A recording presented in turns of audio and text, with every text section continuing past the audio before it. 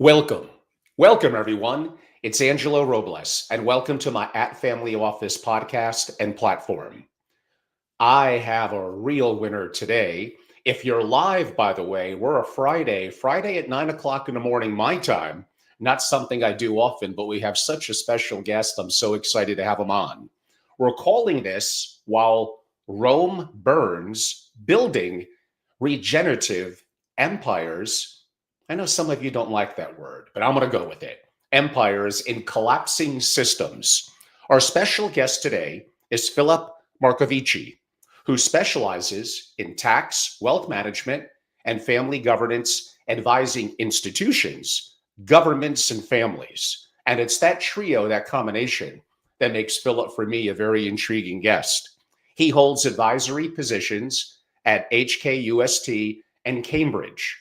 He's the author of, and we will talk about, his great book, The Transformative Power of Family Wealth, helping families and their communities capture its regenerative potential. Philip, welcome to the show. Thanks very much, Angelo. Let's get right to it. I've been looking forward to this. I have a lot of questions, a lot to learn, and maybe some giving back, going back. You've written extensively, I would say, about wealth concentration.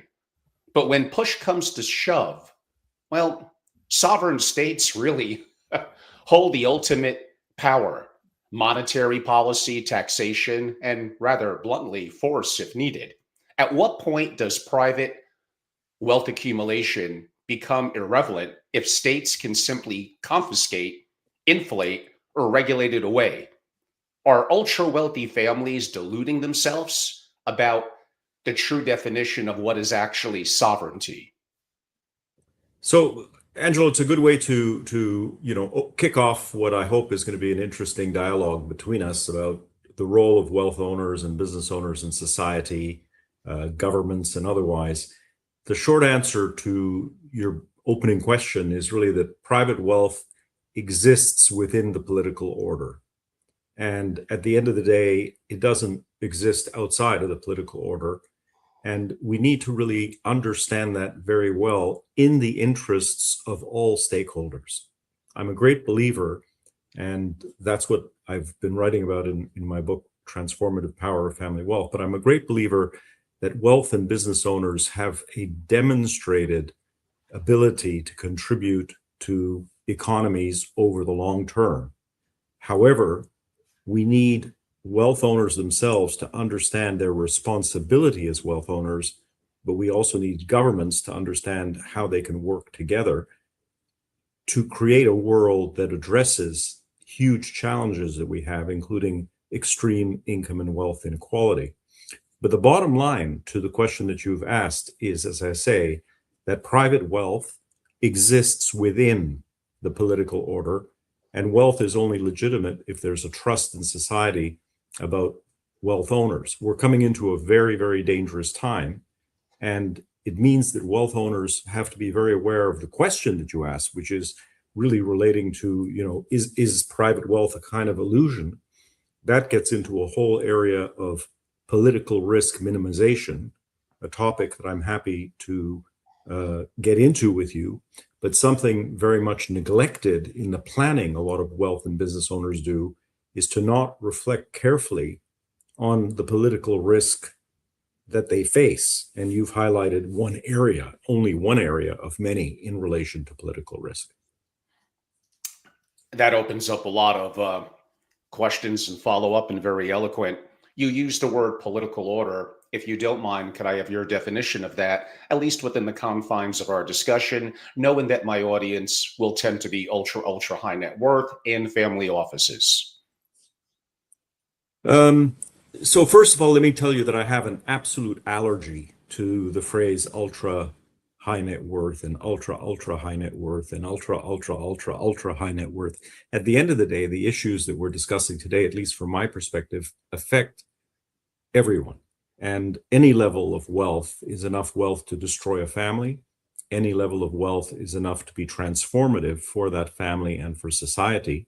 So I just make that comment. The ultra wealthy term is a very subjective one, not really an objective one. And I'm just a believer that what we're talking about is really about wealth and business owners. And back to the question of political order, what does that mean to you?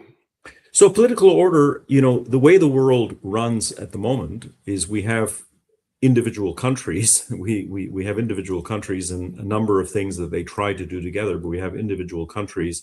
Political order for me is the political system of each of those countries. And when we come to wealth and business owners, they sometimes think that society and political order is optional. Among your questions that you might ask me as we go along in this discussion, there might be a discussion about mobility and the fact that wealth and business owners, because of the fact they have homes in different places, perhaps they've planned well and they have multiple passports and residences, they can choose which society, in a sense, to be part of, making it optional. But when I talk about political order, I'm talking that every country has its own political system, and wealth resides within that political system. We also have developments, many initiatives where countries cooperate, including in the area of taxation. And very important for the wealth and business owners to be very much aware of that. A very good example are the OECD Pillar 2 rules, or the global minimum tax. There's a whole regime in and around ensuring that there's a minimum tax of 15% on very large enterprises. That also affects family-owned businesses and family-owned wealth. Those same rules are the rules that are the basis for initiatives and discussions that are going on about a global wealth tax. That also has a big impact on wealth and business owners to be aware of. It's not something that might be implemented immediately, but the global minimum tax already exists, and other conversations are going on in a very, very active way. So, long answer to your question, what do I define as political order? You have the political system of the country you may be attached to as a resident, or where you're investing, or where you may have your ownership vehicles. And then you also have the international political order, which are the alliances between countries and rules that may impact wealth and business owners, regardless of where they may be. Okay. I mean, I'm hearing you talk, and I know what you just described. I could also say the CRS, for the Common Reporting Standard. The US and multiple countries are not a part of it, but a lot of countries, including to a surprise of some, Switzerland and Singapore are. Although Europe, of course, is a multitude of countries, many of them are part of the EU. So collaboration, for lack of a better word, or governmental oversight, maybe a verbiage that I would use a little bit. I couple that with the WEF, also, of course, based out of Europe. And I don't mean to ask it from this perspective, and maybe me growing up in the US, but traveling the world, but being very much into personal liberties and freedoms, which is part of my constitution where I am. Apparently, I can't say what I want in countries like UK and arguably most other countries. And if I go there, I should know the rules and I should follow them. You would be correct. I feel, as I ask the context of that question, and especially the second half of it, are ultra wealthy families, as I defined it, deluding themselves, or take away ultra wealthy, are families deluding themselves about actual sovereignty? To some degree, they are. No matter where they go, a government is going to have a set of standards, rules, and enforcement of it. Henceforth, is arbitrage from a tax perspective or a perception of personal freedoms, whether it's a foothold in the US, another country, New Zealand, it may not matter. But these are things they're looking at. Are governments driving away successful entrepreneurial families that pay taxes, that contribute to philanthropy and employ people by onerous policy? Maybe I'll put it that way. So you've raised, many issues, and I'll try to touch on a couple of the issues in the question that you've raised. I'll try to, touch on each one individually. First of all, unlike you, I'm not American. I'm a Canadian. And unlike you, I don't have the respect for the US Constitution that you have, not only because I'm not American, but because I observe not only the current situation in the United States, but also how the U.S. has dealt with the kind of issues that we're talking about, in past administrations. So it's not an immediate criticism I'm making. It's just that I have certain views, and those views link into what you mentioned, Angelo, about CRS, or the Common Reporting Standard. CRS, the Common Reporting Standard, which is an information exchange system that operates pretty much everywhere in the world. There are exceptions. The biggest, of course, is exactly as you say, the United States. The system was actually based on an American initiative when the exchange of information that the US put in place regarding American citizens and residents was implemented, the FATCA rules. Of course. And it was really those rules that were not reciprocal when they were first set up, where information was flowing into the US about Americans and what they were doing abroad. That encouraged countries around the world to say, we need to collaborate on ensuring that we really can address tax evasion. The reality is countries need to provide education, healthcare, and other services to the population. Even the wealthy benefit from having good roads and having a safe country to live in. That means we can't rely only on philanthropy. Taxation has to come into it. I'm not somebody who believes in confiscatory taxation, but I lived in Switzerland between 1995 and 2010 and was practicing as a lawyer there. And I can tell you that not only Switzerland, but certainly Switzerland, among others, was a leader in what I'll refer to as industrialized tax evasion, assisting wealth and business owners from around the world as a business to evade tax. The fact the US has not participated in CRS, I don't view as a positive. I view as the US taking over the role of Switzerland in many respects and being the place wealth and business owners from countries from Latin America, Asia, other parts of the world misuse that US system.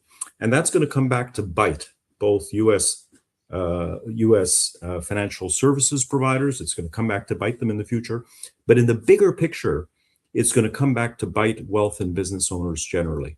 Because when you're not responsible as a wealth and business owner, you increase the fragility of your ability to preserve and maintain wealth over generations. You encourage that political systems don't protect the wealth and business owners. And the rhetoric around the world, not just in the US, is very much in and around inequality, which is real and meaningful. And so I'm a great believer in all of that. At the same time, I may sound like I'm an extreme, believer in high taxation. That's not at all what I believe in. I believe in tax systems that are simple, fair, and low rate, and not complex as they are today. I'm also a believer that wealth and business owners have to navigate an increasingly dangerous world, which is there. You and I agree fully that the world is increasingly dangerous. And that suggests diversification, not only of investments, which everyone talks about. If I went to an asset manager and I said, how do you recommend that I structure my assets? Every asset manager will say, well, you should diversify in different currencies, different asset classes, etc. There's not enough focus on the need to diversify the ownership of wealth at the ownership level because of the risks that exist in the world and challenge wealth and business owners. That means it's very healthy to have family members in different countries. It's very healthy to have different buckets of assets in different countries. It's very good to anticipate, not wait for the certainty of issues that can arise in and around expropriation and other things that come into the picture. Our countries, last thing that I'll say before you can ask me more questions, our countries are driving away wealth owners. Absolutely. And I'm sitting at the moment in the UK. You're sitting in the US. I'm in London at the moment. This country is completely nuts in terms of its tax policies. It had a system in place that had attracted many wealth and business owners called the non-domiciliary system. It was not a good system. I was very supportive of the government taking that system away, but it was completely stupid of the government to take it away without replacing it with something that recognizes the role of wealth and business owners who are responsible in a society. And as a result, wealth and business owners who could be contributing to the UK economy are now sitting in Dubai, Singapore, Hong Kong, Milan, Athens, and a number of other places in the world. And last thing that I'll say about your lovely country, there's a quarterly list of expatriates that's published by the IRS, and it's very interesting to see that quarterly list of people giving up US citizenship every year is not a short list of wealth and business owners fleeing the United States. Whoa, a tremendous amount of complexity to your very intellectual answer, which I appreciate. And your comment relative to the UK, appreciated from my perspective. We may come back to that one within the grand confines a little bit later. Now, no question, there's way more people that want to come into the US for a variety of reasons that want to get out. But the US is one of those countries, and very few, that has an incredibly onerous tax system that effectively, not effectively, literally, figuratively, any word you want, follows you everywhere. And there are people, you're probably going to state, Angelo, it's not as much about the tax or estate picture. It's because the civil unrest and challenges with the current president, and maybe other presidents that may come, either on the left or right, that make people uncomfortable, and some people want more stability. All things will potentially, if we have time. I'm somewhat known for 2 or 3 hour interviews, so I'm going to have to cut something short to my promise to you to keep it within 1 hour. A couple of comments. Ironically, I didn't know you were Canadian. My other guest, who also is based in Europe this past week, an attorney also at trade, David Lesparance, is also from Canada. So just irony I know there. David. I know David very well. So small world. Yeah. That was a 2.5 hour interview about sovereign strategies around the world. There's a lot of things there. I do want to actually, let's focus on this one, on taxes.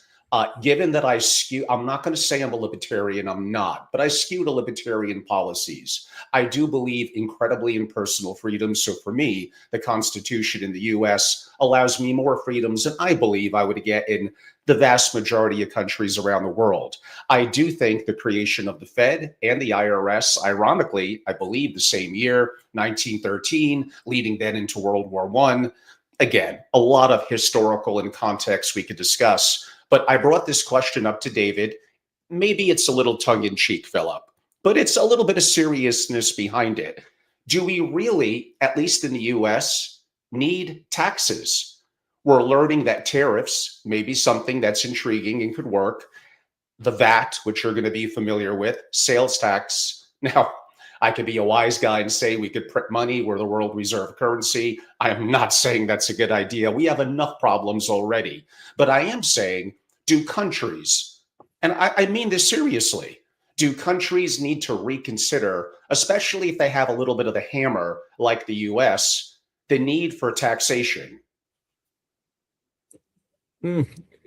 So I'd like to answer your question. So if to give you a short nutshell, I struggle to be able to answer your question by saying there's no need for taxation. I'm not a believer in tariffs and all this kind of thing. But by the way, that's taxation. So you can't in one breath say we can remove taxation because we have tariffs. You can't say we're removing taxation because we have value-added taxes, VAT. These are all taxes. They're all different forms of taxes. So my answer will be that we don't need the complexity of the US tax system, nor do we need the complexity of the UK or the Canadian or the Australian or the German. There are countries around the world who have tax systems that are unfairly complex. When I say unfairly complex, they are tax systems that are full of loopholes, full of areas where if you can afford to get good tax advice, you can legally avoid incredibly exposure to taxes in many, many circumstances, in many, many examples.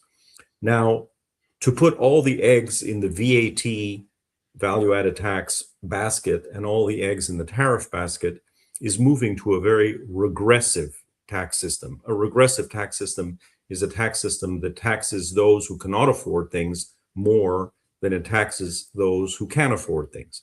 So I'm a believer in moving towards tax systems that actually exempt from taxation those who are in greatest need, particularly in a country like the US, where shockingly there is inadequate support in healthcare, where shockingly access to education is challenged because of the way the system works and the cost of higher education in the US, particularly in a country like the US.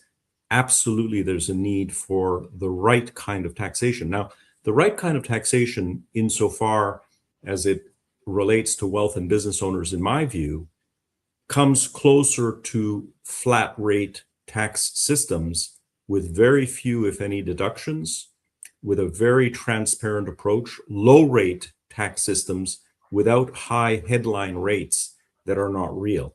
A headline rate is when a country says, our maximum tax rate is 45% or 50% or whatever it is.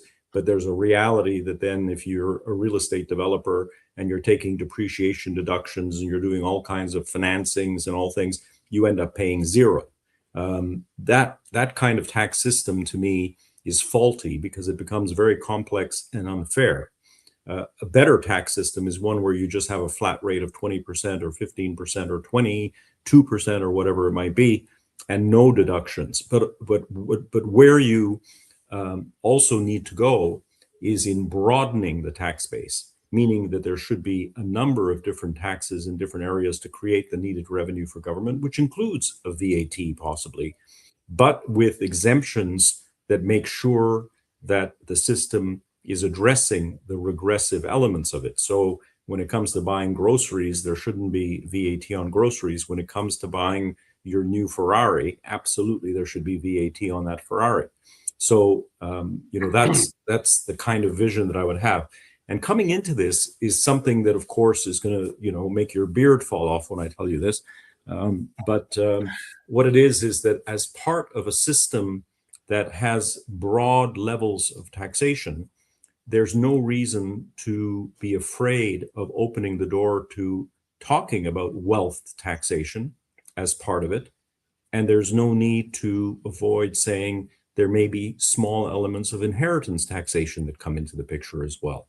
Not at huge rates of 35 and 40 and 50%, not at 90%, as maybe Thomas Piketty would put forward, but at low acceptable rates of 5 or 10%, all moving towards a world where wealth and business owners realize that comes back to your first question, in order for their family to sustain their wealth and business interests over generations, in order to allow them not only to contribute to the well-being of their own family, but to the well-being of their employees and to society generally, they need to be focusing on contributing to a trusted government that understands the role of wealth and business owners. So the onus is not at all only on wealth and business owners in all of this.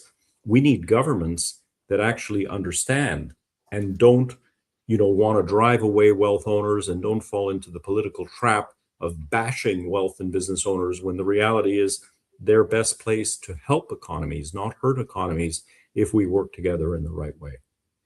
And on that note, and maybe a little build up of what you said, which of course I would agree with on the UK about 5 or 10 minutes ago, here in the United States, specifically in California, you're familiar with the specific wealth tax, aka the billionaire tax that's proposed, and likely if it's a percentage of the population above 50%, people would rather punish the rich than help the poor. My quote doesn't mean it's correct. Let's assume it's likely to pass. Therefore, already the co-founders of Google and others before the first of the year, and I had this deep conversation with L'Esperance, effectively started to change, let's broadly go with the word, their state domicile. Do you think that's a good idea for California? Or I'm assuming a little bit more with your comment about the UK, it may not be the smartest move, but what's the impetus behind it? Yeah, for me, you're going to see more and more of these kinds of initiatives around the Yes, world. I agree with you. For wealth and business owners, it's a very good lesson to see. Do I think it's a good idea for California to go ahead and put this in place? Not at all, because it's not part of a well thought out system of collaboration between the relevant jurisdiction and the wealth and business owners. That collaboration requires a real trust. What I'm an advocate of is a country first embracing the idea that wealth and business owners can contribute to society. Then a government that understands that having a regenerative tax system that actually increases wealth for everyone in society, for all stakeholders, is really what the ultimate goal is. And if wealth and business owners then are offered by the relevant government a feeling that there won't be chop and change in tax systems, there will be real investment in security and safety for family, business-friendly approaches, consistency in the approach going forward, wealth and business owners are ready to pay more if they're getting more in return. And so there are lots of ways to do this in very, very friendly ways. Part of this also may open the door to discussions about the hypothecation of elements of taxation. What that means is there may need to be certain elements of tax. Economists don't like hypothecation, but certain elements of tax should be actually not really called tax, but they should be amounts that the taxpayer, the person paying it, can actually decide where that money goes. So if I'm a resident of the UK, for example, why not allow me, in relation to 25% of the tax I pay, to designate that I'd like that money to go to help pay for the National Health Service, for the NHS, or for education, or for other purposes, and actually for wealth owners who are the contributors to that money going to those services, having an ability to be part of the governance of how that money is spent, because we have a real issue of trust of how governments spend their money around the world. So there are a lot of things, there are a lot of things to unpack in all of this. Sadly, tax is very, very complex. I made my living for many, many years because of that complexity. There are many other tax lawyers who make their living from that complexity. But my focus these days is much more on the reality that we're coming into an extremely dangerous time in the world. And if any of your listeners are interested, the work I'm doing at Cambridge University with the Cambridge Institute for Sustainability Leadership is exploring exactly these issues. There's a multi-generational leadership program there where it's challenging. We try to talk about these things in a way that recognizes that there is an alignment possible between the interests of society, the urgent interests of society, and the interests of wealth and business owners in a really win-win-win way. You mentioned the word inequality a couple of times. Again, if we had multiple hours, we could get into evolutionary psychology, biology. Sure, equal opportunity, but not equal outcomes. I would love to be a professional. You would call it football. I would call it soccer. I'm just not good enough, and never was, no matter what I ate, what I took, or what coaches I have. Now, what I want to circle back to on it is probably going to be a little bit of a layup for you, but then I'm going to challenge it a little bit in a different perspective. And that would be, should Americans and others be somewhat familiar with, when there is tremendous wealth inequality, how things could go very wrong? We could look at the French Revolution probably being the big one, AKA the rich could get overrun, get their heads cut off, and that could happen in civil unrest. In Russia, of course, within a little more than 100 years ago. I could argue with Nazi Germany. There's lots of history that could tell us that things could go very wrong. If you could talk a little bit of your perspective about that from a historical perspective and where the trends may be headed. So, Angelo, there we agree 100%. There's the outcomes that you've described, from history and things that can happen. They're already happening. Wealth owners in many countries already live behind walls. They live behind walls. They have security guards. Their children have to go to school, in bulletproof cars. They have to have security consultants who are helping them deal with kidnapping. They are subjected to tax changes that are confiscatory, that amount to expropriation of assets. So we agree totally about that. And, what I would very much encourage, and one of the things that in my book I talk about, is that families plan by looking forward in the future of how they see the ecosystem of their family and their wealth, what they see that looking like in 20 years or 50 years or 100 years, and then think carefully, what are the derailers, the things that can go wrong that can stop them to get to the outcome that they want to get to. And the kind of things that you're talking about absolutely are on the roadmap. I mean, during the pandemic, there were conversations in the German parliament about a one-off wealth tax. That the conversation was about the fact that if you warn people that the wealth tax is coming, they will plan around it. So you need to do it in a way where they're not warned in advance. We've seen that in recent history in Cyprus, where there were bank levies, where basically you went to sleep on Friday with $10 million in your account. You woke up on Monday and there was 6 million in your account. Yes. And you were told that's taxation. That to me is not taxation. That's expropriation of your assets. Exactly. So we're in total agreement about that. And I'm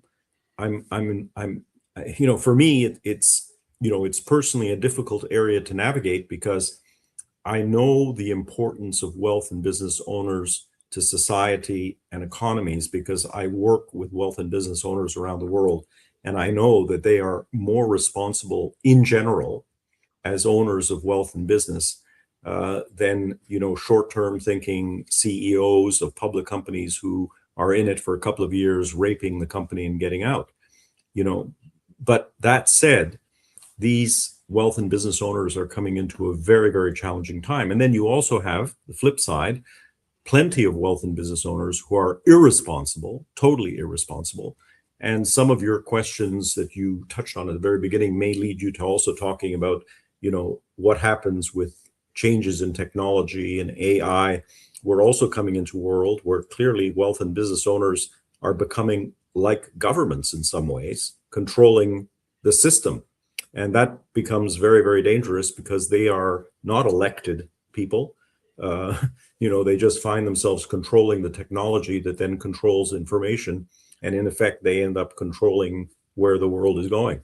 So we're coming into a time of enormous challenge for wealth and business owners. One of the things that I do that's a lot of fun for a couple of families is I actually sit on some committees where, together with some other professionals, all we do is talk about the long-term future and how that may impact the family that we are representing, and what we need to do today to deal with risks that we think will come in 5 years, 10 years, 15 years, 50 years, and 100 years. Oh, there's so much there, Philip. And again, I do want to keep things flowing a little bit. I'm a deep dive kind of person, so my hands are a little tied, audience. Maybe we could get an extra 5 or 6 minutes from Philip at the top of the hour. We'll see. I hear what you're saying relative to concern about people in technology and AI that are becoming potentially all powerful. Let's just name names. It could be a Sam Altman. It could be an Elon Musk. Versus maybe, quote unquote, the Chinese government. And AI is coming down. It's very simple. It's the US and China. We could get into a really deep discussion on that. We're not going to have time. My comment on what you said, you're probably more, I'll go with the word trusting of governments, having more checks and balances and control. I tend to be skeptical of governments that tend to be bureaucratic, tax heavy, slow, and at the end of the day, they're in it for their own benefit and for those that get them elected. Every politician that I know in the US, number one goal is to get elected, number two goal to get reelected, and probably number three, when it's time to move on, how could I benefit from that and make a lot of money? A little cynical, but relatively mostly true, sadly. After having some actual somewhat agreements in the last couple of minutes, I'm going to maybe upset that wild card a little bit. But right before I get that, I think perfectly timed with what you said in my comment, multi-generational families potentially think on 100-year timelines. Now, we could chuckle at that and say, Angelo, we don't know what's coming next year. AI is changing everything. I agree. But let's go with my comment. Multi-generational families operate in 100-year timelines. Nation states, at least in the US, and most other countries, operate on what, 2 years, 4 years, 6 years, 8 years? How do families preserve wealth and maybe a scary word, influence, when the institutions around them are structurally incapable of long-term thinking? Well, I guess, I remain a little bit of an optimist. So a couple of things. First, there are families that I know very well who even plan well beyond 100 years. I'm working with a family where, they're talking about 1,000 years, and Love it. that's it's an ambitious thing. But if you talk about multi-generational wealth, you're considering lots of issues, and lots of challenges that come. Now, yes, governments in many parts of the world, in most parts of the world, you have this sort of short 4-year or 5-year cycle, and then families have a much different cycle. The bottom line answer is governments can and do work together in tandem and with wealth and business owners in a collaborative way, where there's a real openness of dialogue, and that is what can work. And if you look back in history, there have been periods of history where that has been very successful for countries. I mean, the UK historically has been that case, and there are families, the Cadburys and Rothschild, and there are Sure. many families who, long term, in and out of politics, not for self-interest, but actually for contribution to society. I don't want to make too many comments about your country, but Well, you could go. no, I can't, because no, I can't. The the the reality is that there is a way that can work. I'm a real believer in that, but it's challenging for the reasons that you say. It's also challenging because it's becoming politically very difficult to do anything that has the appearance of helping wealth and business owners.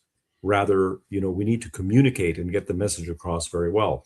But if you look at a government like the Singapore government, for example, Singapore has done a very, very good job of beginning to address, they're not as far as they need to be, but beginning to address income and wealth inequality. There's a great investment in social health care. There's great investment in government housing. There's huge benefit to wealth and business owners who live and work in Singapore. There's a real, almost collaborative approach and an understanding between government and wealth and business owners.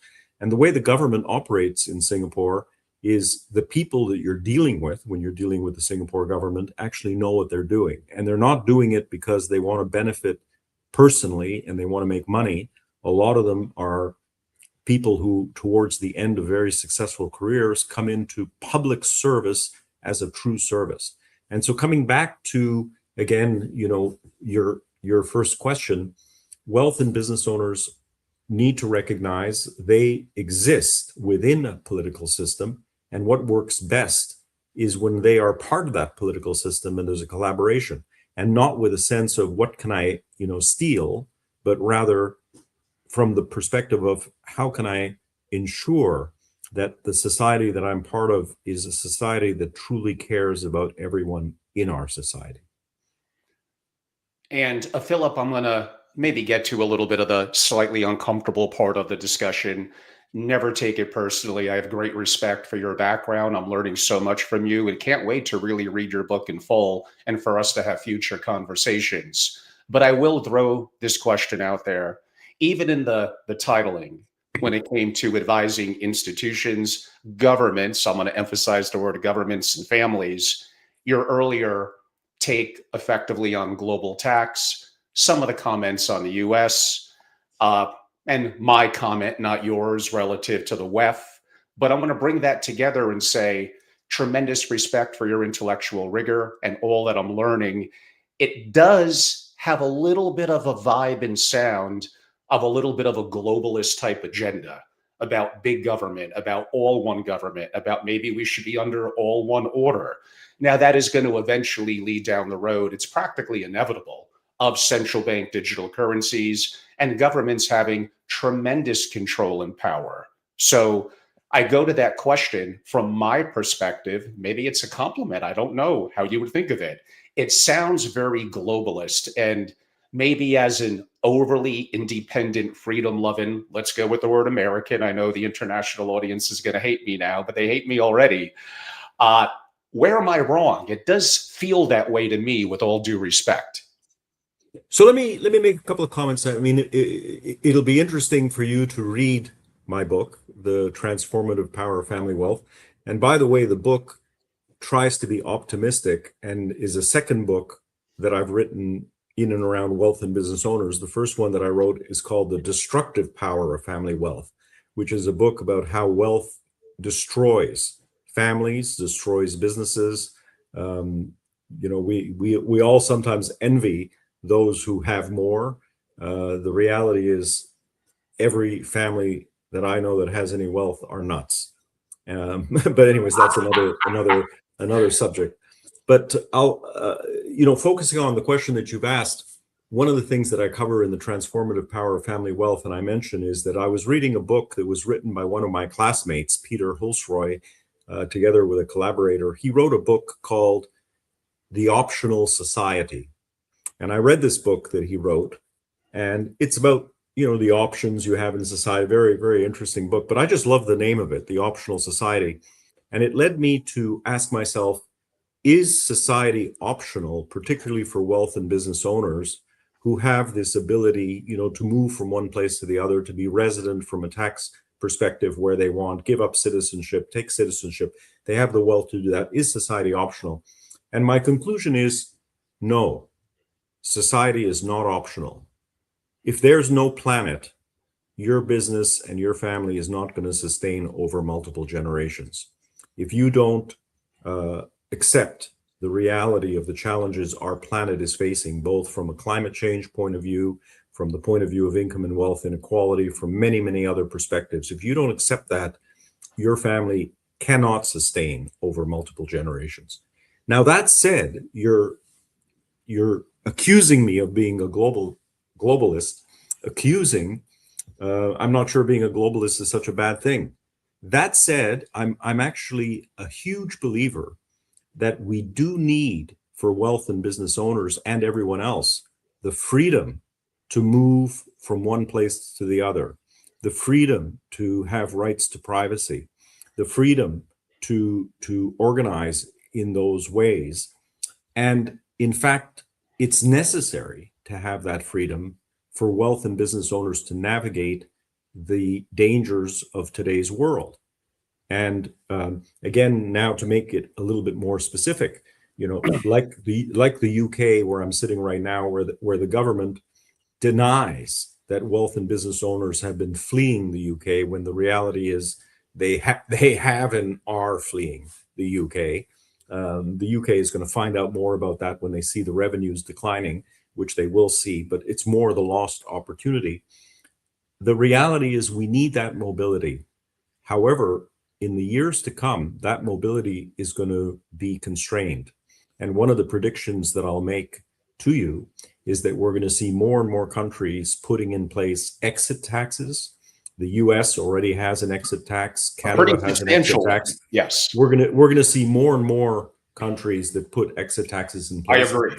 And also the current ability to have multiple citizenships, which I am a great believer that it's good to have many citizenships, given the need to have this freedom of mobility. That's not going to continue in the longer term, and wealth and business owners need to be aware of that too. There are countries, Singapore is an example, where you cannot have more than one citizenship. That's going to happen more and more. And as much as I'm not a great lover of the fact that the US taxes citizens on a worldwide basis, regardless of where they live. We agree. I would predict that in the future, we will see more and more countries having some form of taxation for being a citizen, regardless of where you live. And coming back to what I said very much earlier in the conversation, I'm not sure that's necessarily a bad thing, because I'm not saying it should be at full rates or, bringing you into the US complex system. But if the UK or other countries had some rules that said, if you're a citizen not living in the country, there is a cost to that, that's simple to calculate, transparent, that's not, confiscatory, why not? To help pay for what the UK has to pay for in terms of military and healthcare and all these other things which people can take advantage of. So these are all complex topics. I'd encourage you sign up to come to our Cambridge program, because it would be fun to have you there and to have some of your listeners there. Well, it's very kind of you. I got to be careful not to tweet or anything. I may get a knock on the door. Actually, Philip, I'm surprised what you said about UK being ignorant to quote unquote a lot of the rich leaving that support philanthropy, jobs, and taxation.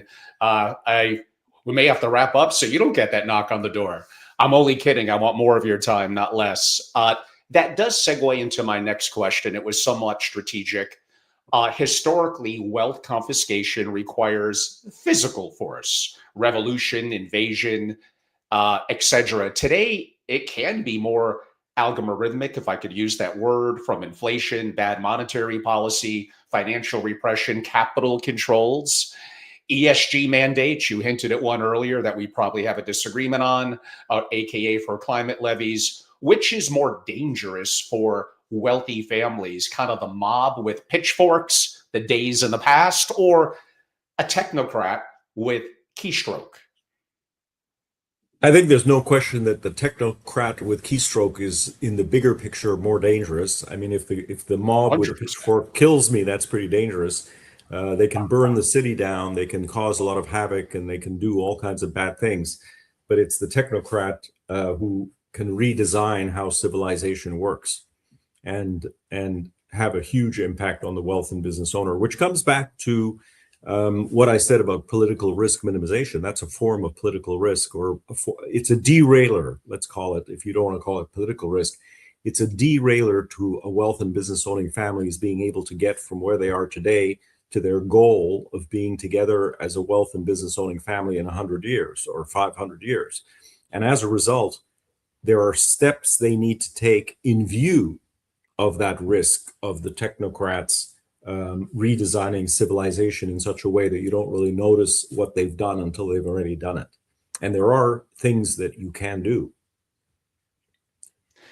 That is for sure. And again, so much we could dive into from your comment there. But I think I do have to get to an important crux of our conversation. You hinted at it a couple of minutes ago, and we do have to include it. And that is effectively within 10, 15 years, we're looking, my perspective, at near zero marginal cost for energy. I think AI will effectively solve for fusion energy. There's other solutions, and labor effectively through AI and robotics.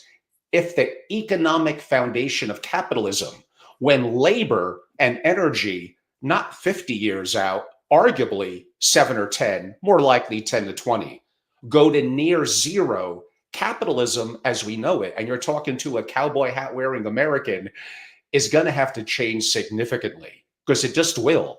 Effectively, it may disappear as we know it. What happens to wealth as we define it by monetary in that scenario? Now, I could get into the negative part, one world order, central bank digital currency, flip a switch, and I have no access to capital. So this is a multifaceted question, maybe the most important one, as I built up to in our conversation. What is your perspective? I think the short answer to, a very big question and a very important question is to say that there's no question that, AI robotics is having an impact in terms of increasing rapidly the fragility of the social contract that we have. And that fragility is just highlighting the risks that wealth and business owners face if they don't participate as responsible wealth and business owners in addressing these issues in society. So what we need to talk about are things that I'm sure you're going to be very unhappy to hear mentioned. Things like a minimum income for everyone. Things like national health care that is taking care of the health care of those who are going to lose their jobs because of AI. We need to talk about access to education and so many other elements that actually support the views that I'm putting forward. My views being, we need to urgently encourage dialogue between governments, wealth and business owners, journalists, society as a whole, to embrace, not reject, the role that wealth and business owners can play in moving to a world that benefits from these technological changes and we don't need to then be as afraid of these changes. Meanwhile, many of the things I think that you've mentioned, Angelo, are quite long term. What I deal with the families that I work with, who tend to be mostly Asian families, Middle Eastern families, European families, their businesses are not under immediate challenge in these areas.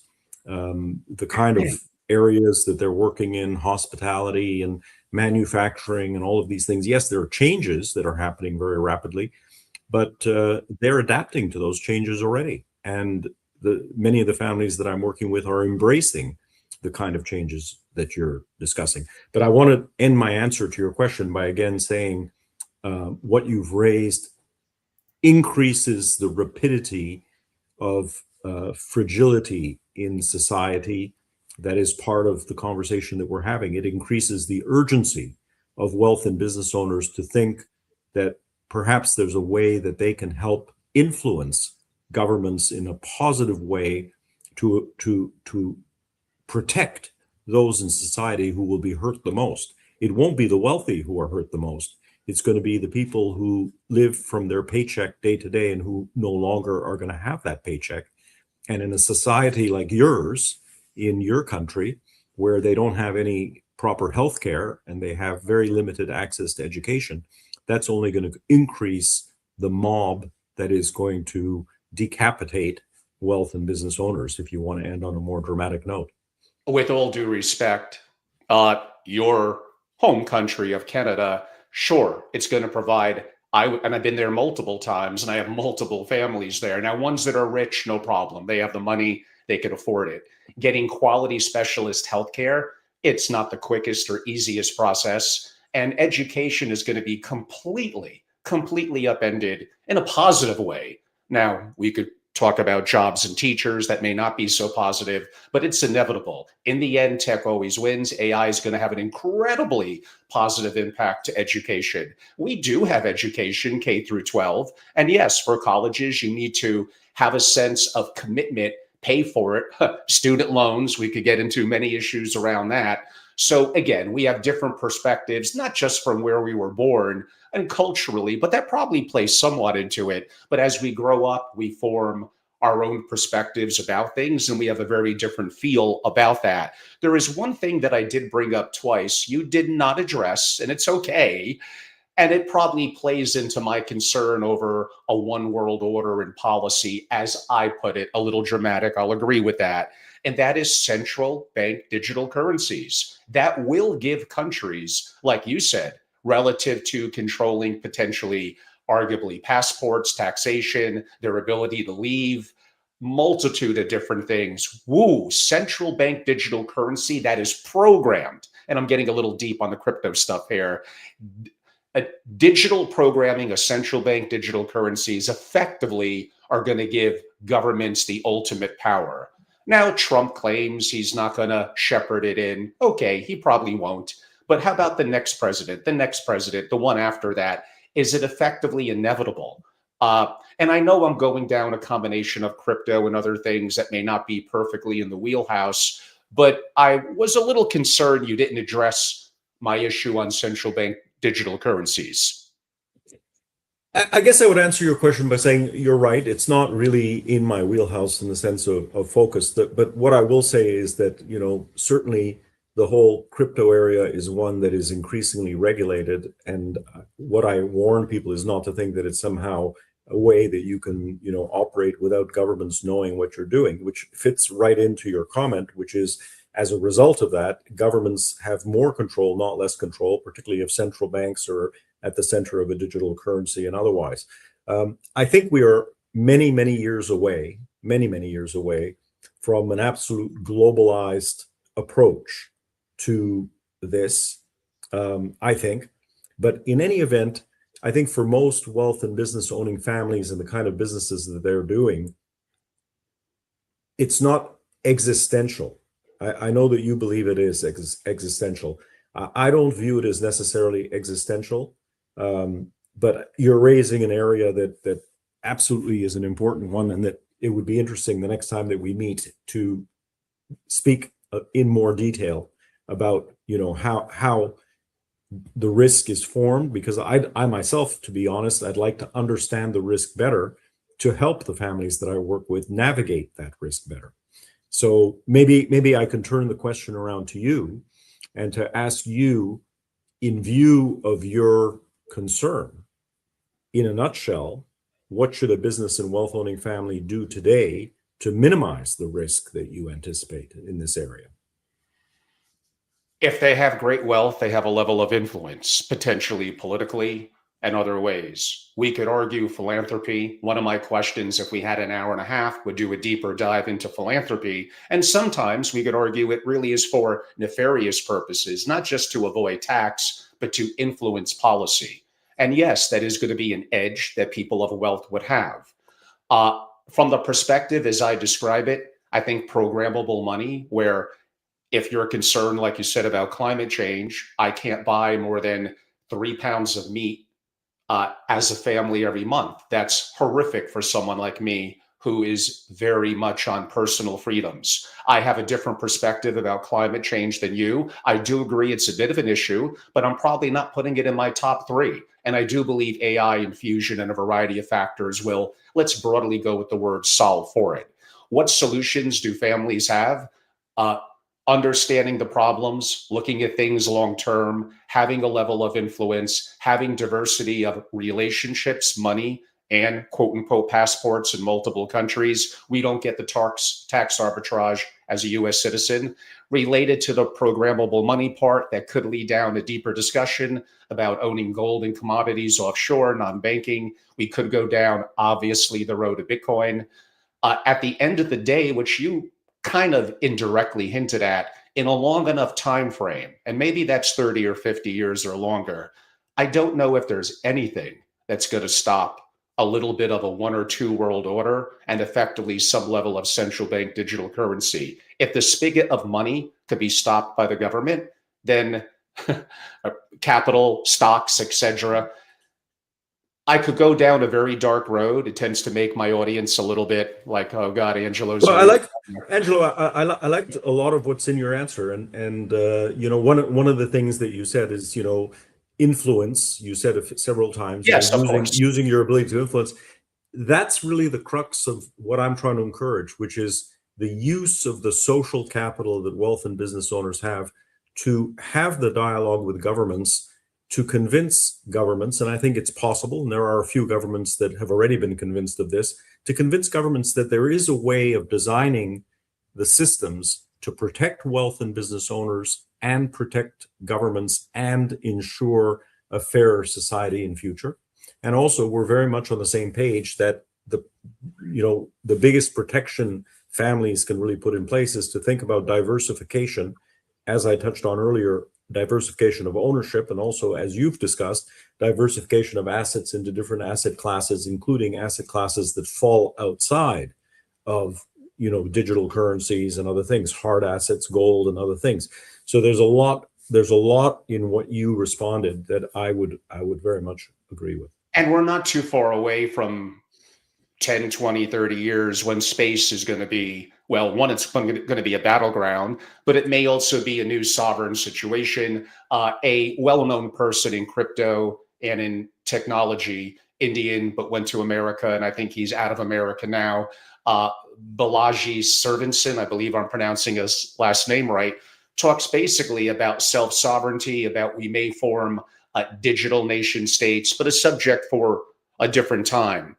I would ask, I had 2 questions that are a little quicker, but I do want to live up to my promise, at least in asking you, do you have 10 more minutes? Yeah, go ahead. Okay.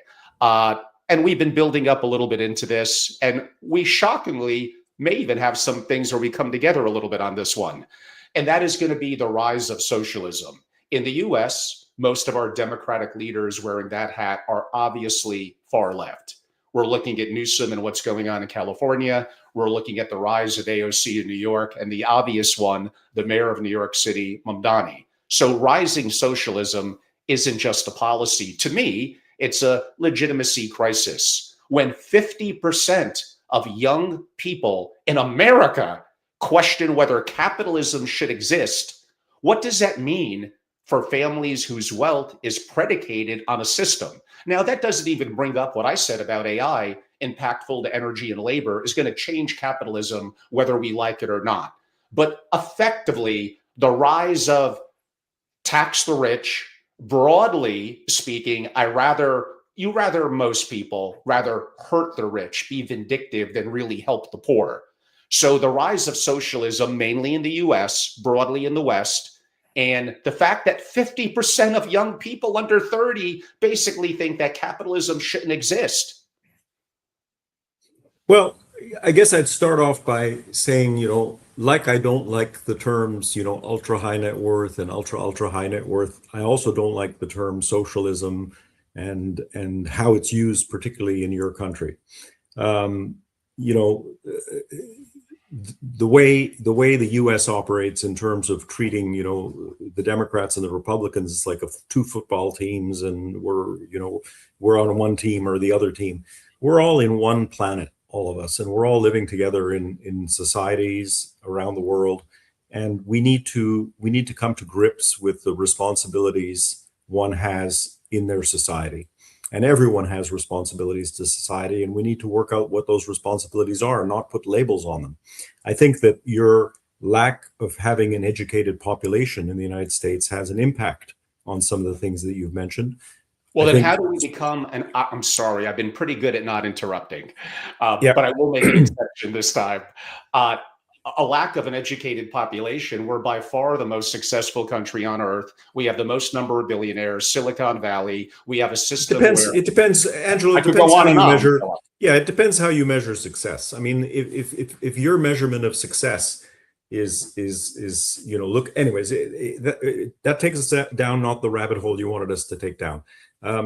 Let me just really say that it's repeating a little bit what I've said earlier, but I don't think we need to be very much aware of the reality of what you're saying. Absolutely.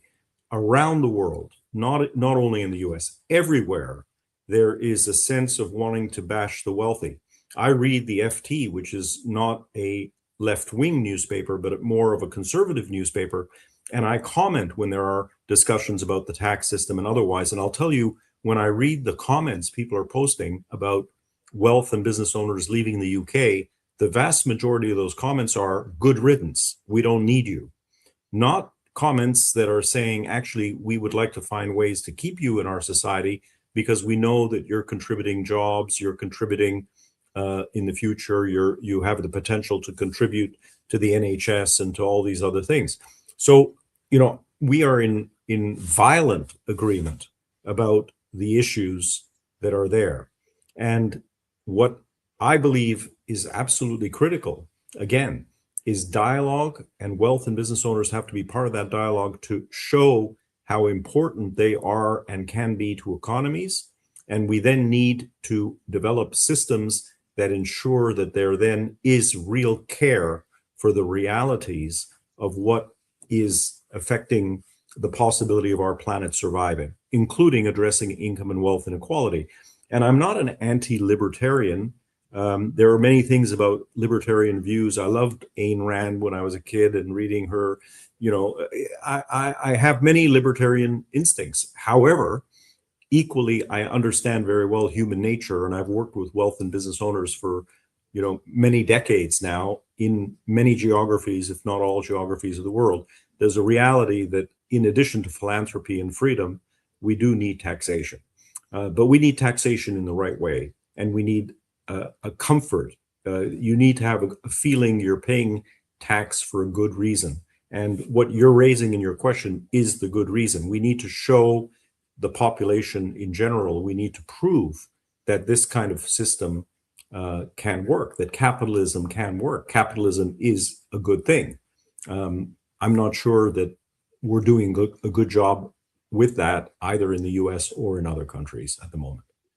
Perhaps the next time we talk, we'll do that deeper dive, as we promised, into philanthropy. And I could go from both arguments that someone like Soros is an incredibly negative impact globally and certainly to the US, and uses. I need to jump in and say, philanthropy, particularly in the US, has been so misused and kidnapped. And perverted in many cases. There's a lot of great philanthropy, of course, coming out of the US for sure. But having a tax system that allows you to take tax deductions to buy a painting of yourself and then hang it in your club, that's not a healthy system. And, charity, there are families in the US that have their businesses owned by charities, and they benefit from that. They use it as a tool to get around the social contract that they should be part of. Partially, I don't want to generalize. No, you are not incorrect. There are abuses, partially due to the incredibly onerous nature of the U.S. tax system, with 79,000 pages that people of wealth and influence have protected lobbies and served their interest, whether right-leaning or left-leaning. There is certainly no doubt about that. But from what I see, Americans are far, far more charitable from a giving and philanthropic perspective than what I see in Asia and many other parts of the world. I disagree. Okay. But go on. We have I think that in the US, yes, you have some very important philanthropists. There's no questions. You certainly have more public philanthropists, but I've spent most of my career working in Asia, and I can tell you that Asian families can be highly philanthropic in terms of what they're doing. So I'm not ready to agree with what you've just said. Not that you asked me to agree or not. And I think we're going to have a deeper discussion on the philanthropic angle next time. So we'll each let that one go. My final question, because I do want to be, again, respectful of your time, and kind of maybe putting all of this together. From my perspective, we're watching simultaneously the breakdown of certainly trust in institutions, governments, media, academia, and I could argue partially rightfully so. There's many challenges in academia that I find gravely concerning. Family offices are somewhat creatures of institutional stability. What happens when there's no neutral arbiter, if that's the right word I'm looking for, no rule of law that I could really trust, and maybe, I think a word that you may like, no shared reality in our country, our community, and maybe broadly the world? I feel like we're in an unstable world with a lot of chaos. That the world that I knew growing up, I'm 60 years old, from 30, 40 plus years ago, I mean, maybe this is always the case. It no longer exists. And what could I do about it?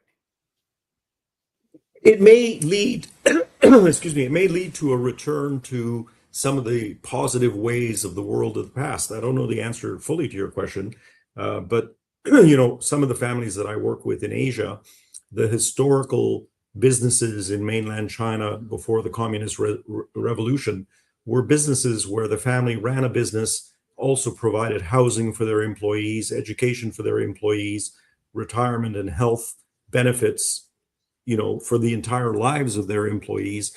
Maybe we're going to be moving into a world where wealth and business owning families will realize they need to create their own society because the society around them is failing. And that's what you're mentioning. So there can be a variety of outcomes.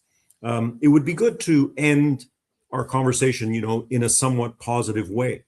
And the positive thing that I'll say is the conversation that we've had highlights the reality of the fragility of the society we're in. And wealth and business owners have a responsibility, at a minimum, to understand that fragility.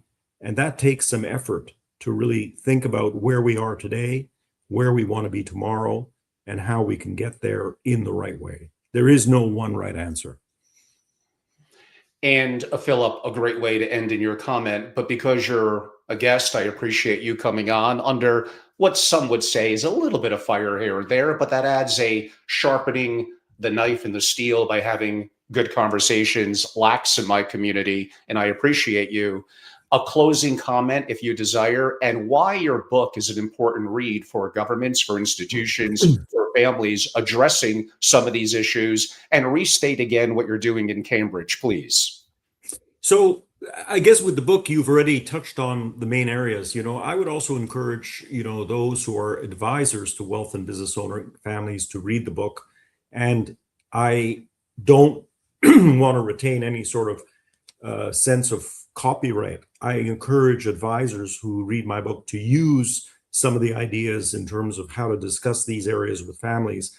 These are complex areas, and I think we can, impact change in that way. And the last thing you asked about Cambridge, the program that I'm involved in is called the Multi-Generational Leadership Program at the Cambridge Institute for Sustainability Leadership.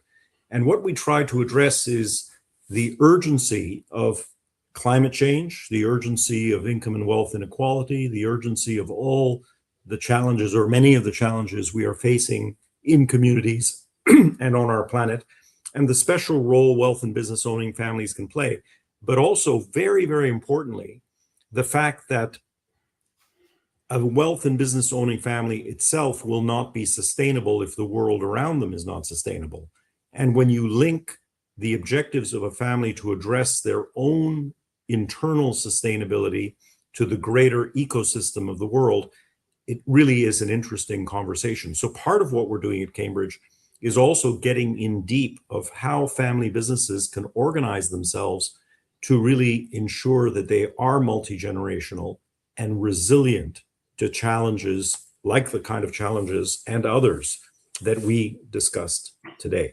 So I would encourage that. And then something that you're going to love is the fact that my own experience and my reason for working with Cambridge on this is very much that I want to encourage, as I've said many times, dialogue between wealth and business owners and society.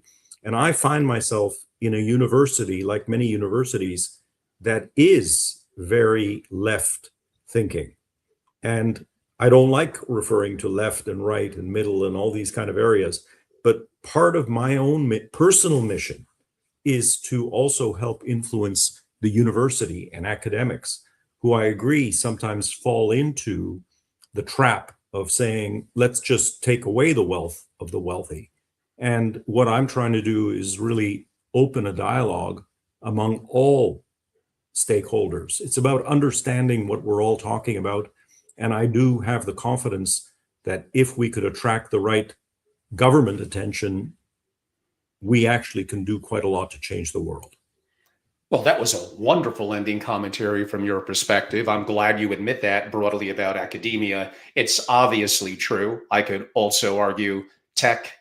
You could debate Elon be the exception, media, Hollywood, but then maybe the left could argue there's certain things that have skewed in the power of those on the right. I know you don't like those labels, but we both have our black on today. A little bit of irony there. It was a pleasure, Philip, to have you on. I suppose my closing comment would be, one, I enjoyed my conversation with Philip. I'm going to rewatch it myself. I learned so much. One, how I could get better, and cringe moments when I'm asking questions that I believe I could have phrased differently. Philip was very eloquent. We agreed actually on some things and disagreed on others, and that's what creates an open and honest discussion. I do look forward one day in the future to a part two. I will absolutely give consideration to the Cambridge opportunity. It's an opportunity for me to learn and be around other incredible families. Yes, and I'm responsible for this as well. The world is in chaos, nuclear, AI, there's so much going on, civil unrest, all of it's true. Has the world never not been in chaos? Now, maybe a different perspective without nuclear and AI not being as global at the blink of an eye. And arguably, has it never been better for someone? I come from a wickedly poor background, at least in the US, although I travel the world, that's what I could talk about. The access to some of the tools I'm mentioning, including AI, the way that we treat entrepreneurship, which is a massive advantage to the US. We don't look at failure or bankruptcy as an end. We're very favorable as a culture to creating businesses. We don't put regulatory issues in the way. There are grave challenges in the US, and I'm very familiar with them. And I do believe we'll have massive civil unrest, midterms, the next election, and grave challenges that AI is going to cause in the short term. There is no way around that from my perspective. We'll have conversations and see if we could smooth that over. I don't know. We shall find out. But I hope you enjoyed a little bit of a different conversation, one that challenged some assumptions, was a little bit of disagreement and back and forth, although I'd like to hope respectful. Philip Marcovici, I appreciate you as a guest. I hope people have a chance to reach out to you, and a newer audience may be watching in live for me. I'm Angelo Robles. You could go to angelorobles.com and learn more about membership and engagement.